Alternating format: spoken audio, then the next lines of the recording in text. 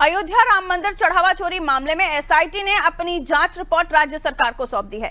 सूत्रों के मुताबिक इसमें एफआईआर दर्ज करने और ट्रस्ट को दोबारा गठित करने की सिफारिश की गई है। किसी सीनियर अफसर को मंदिर का सीईओ नियुक्त करने का भी सुझाव है।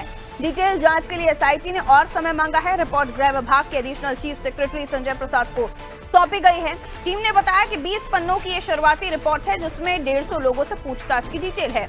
सूत्रों के मुताबिक एसआईटी ने पिछले 5 साल के चढ़ावे का ऑडिट कराने की भी सिफारिश की है। चढ़ावे में अनियमितता रोकने के लिए सुझाव दिए गए हैं। ट्रस्ट के पदाधिकारियों की भूमिका पर भी सवाल उठाए गए हैं। सूत्रों के मुताबिक राज्य सरकार रिपोर्ट केंद्रीय गृह मंत्रालय को भेजेगी। इसके बाद गृह मंत्रालय तय करेगा कि ट्रस्ट के किन सदस्यों को रखा जाए या हटाया जाए। बता दें, राम मंदिर चोरी मामले में 5 आरोपी लवकुश, अवनीश, अनुकल्प, करुणे और रामशंकर और टिन्नू की निशानदेही पर 2 करोड़ रुपए की रिकवरी भी हो चुकी है। इसके अलावा चंपत राय के करीबी टिन्नू के घर से सोना मिला है। आपको बता दें, शुरुआती अनुमानों के मुताबिक चोरी 200 करोड़ रुपए से ज्यादा की हो सकती है।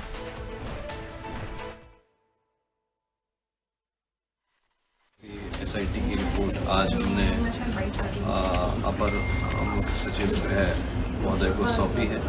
यह एक प्रारंभिक प्रतिवेदन है और उसके क्रम में आज अपर मुख्य सचिव गृह साहब को सौंप दिया। ये गोपनीय जांच है, तो इसके लिए मतलब हम इस समय पर कुछ भी वक्तव्य देने की जरूरत नहीं है। जो हमारी फाइंडिंग्स थी वो हमने उपलब्ध करा दी।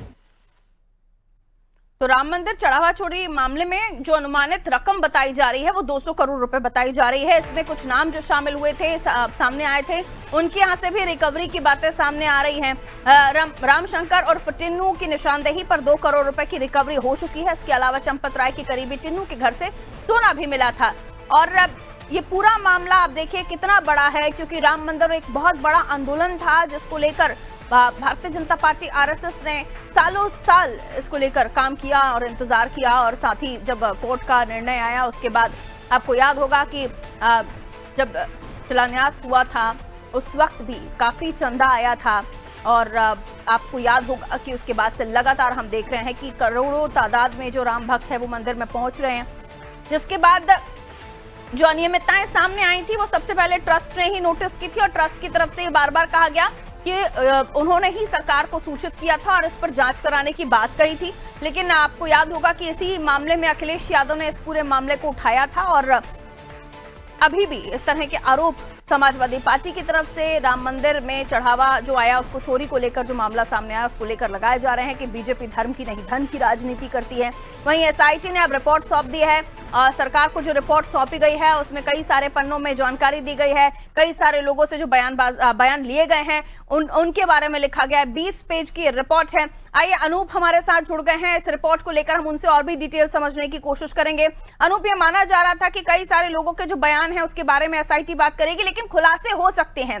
फिलहाल ऐसा कोई खुलासा सामने नहीं आया है कि बहुत बड़े नाम आए हों। ये वो लोग थे जो काम करने वाले थे, लेकिन चंपत राय को जाने नहीं देना, यानी एसआईटी की तरफ से उनको यही रहने के लिए कहना कि आप कहीं बाहर नहीं जा सकते हैं।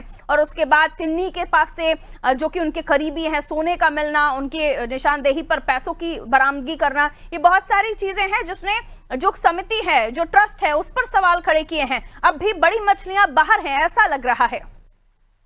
हाँ, देखिए, इस मामले को जब मुख्यमंत्री योगी आदित्यनाथ से जब जांच के लिए जो सिफारिश की गई थी, श्री राम जन्मभूमि तीर्थ ट्रस्ट क्षेत्र ने सिफारिश की थी। उसके बाद मुख्यमंत्री योगी आदित्यनाथ ने 3 सदस्यीय जांच दल जो एसआईटी की टीम गठित की थी, जिसमें विजय श्वास पंत लखनऊ के जो कमिश्नर हैं और लखनऊ रेंज के आईजी थे और वित्त विभाग के विशेष सचिव थे। ये तीन दलों की टीम ने इस मामले की जांच की थी। और जांच में जो आज जांच रिपोर्ट सौंपी गई है उसमें जो है कहा जा रहा है कि जो सरकार की तरफ से प्रेस नोट जारी किया गया, अभी कुछ देर पहले प्रेस नोट जारी किया गया, जिसमें कहा गया है कि ये जो जांच रिपोर्ट सौंपी गई है, जो आज एसआईटी के जो जांच दल ने रिपोर्ट सौंपी है, अपर मुख्य सचिव गृह संजय प्रसाद को सौंपी है, ये अभी प्रारंभिक जांच है। अभी ये जांच 15 दिन की जो जांच है वो अंतिम जांच रिपोर्ट मानी जाएगी। और जो आज रिपोर्ट सौंपी है वो प्रारंभिक जांच है। हालांकि जांच रिपोर्ट में खुलासा नहीं किया गया है कि कौन कौन से वो लोग हैं जो इस पूरे दान और चढ़ावा चोरी मामले में पूरी तरह से संलिप्त हैं, इस बात का जिक्र नहीं किया गया। लेकिन ये जरूर कहा गया कि ये अभी प्रारंभिक जांच है, इसे अंतिम जांच ना मानी जाए। और जिस तरह की बात आ रही थी, जो महासचिव थे, जो ट्रस्ट के महासचिव थे चंपत और जो ट्रस्टी थे अनिल मिश्रा और व्यवस्थापक गोपाल राय थे, ऐसे तमाम लोग थे जो बड़ी मछली माना जा रहा था। और इससे पहले जो एसआईटी की टीम ने कहा था कि 25 लोगों के नाम, जो बातें सूत्र बता रहे थे कि 25 लोगों को अयोध्या न छोड़ने की बात कही गई है, लेकिन जब आज एसआईटी ने अपनी जांच रिपोर्ट सौंपी है, ऐसी कोई बात नहीं निकलकर सामने आई जिसमें किसी पर सीधे तौर पर आरोप लगाया जाए कि इनकी संलिप्तता पाई गई है।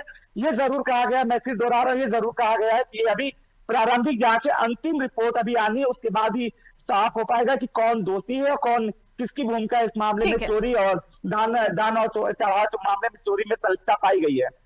बिल्कुल, तो माना जा सकता है कि अभी ये शुरुआती जांच है, आगे आगे देखिए एसआईटी की जांच में होता है क्या। हालांकि जो सिफारिश की गई है कि ट्रस्ट के लोगों को बदलने के लिए, इस पर बताया जा रहा है कि केंद्र सरकार के पास ये पूरा मैटर जाएगा, उसके बाद वो तय करेंगे। मैं लौट रही हूँ, अगली खबर पर आपसे जानकारी लेंगे।